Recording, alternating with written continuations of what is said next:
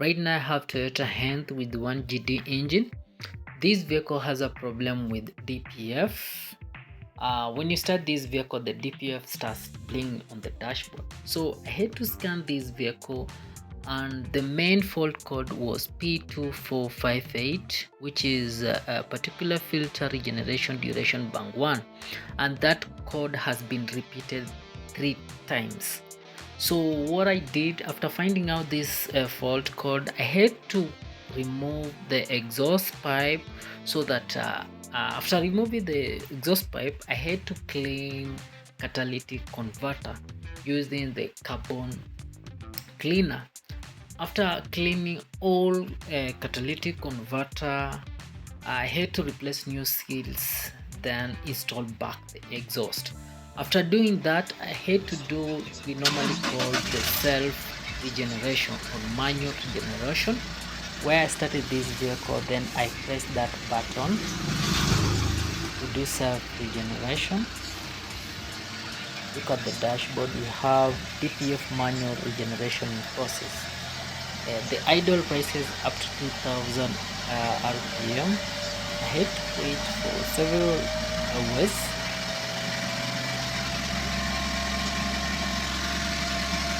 I had to wait, but there's no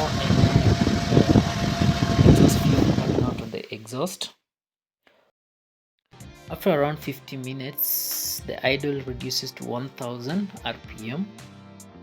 After 20 minutes, which means 120 minutes, the idling, everything resumed to normal, but the DPF was still playing on the dashboard. So I had to pull up my laptop to do some we normally call the system update. So I knew the problem is not mechanical, the problem is software. So I had to do some software update. This is my favorite topic. So I had to do some software update. It's around 15 minutes.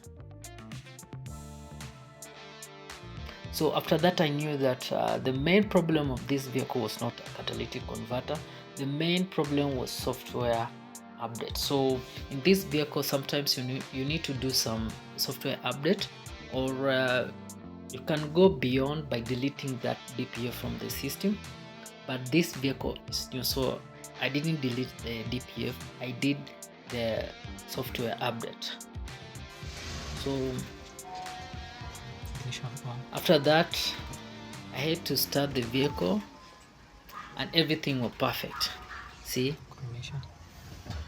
let me start.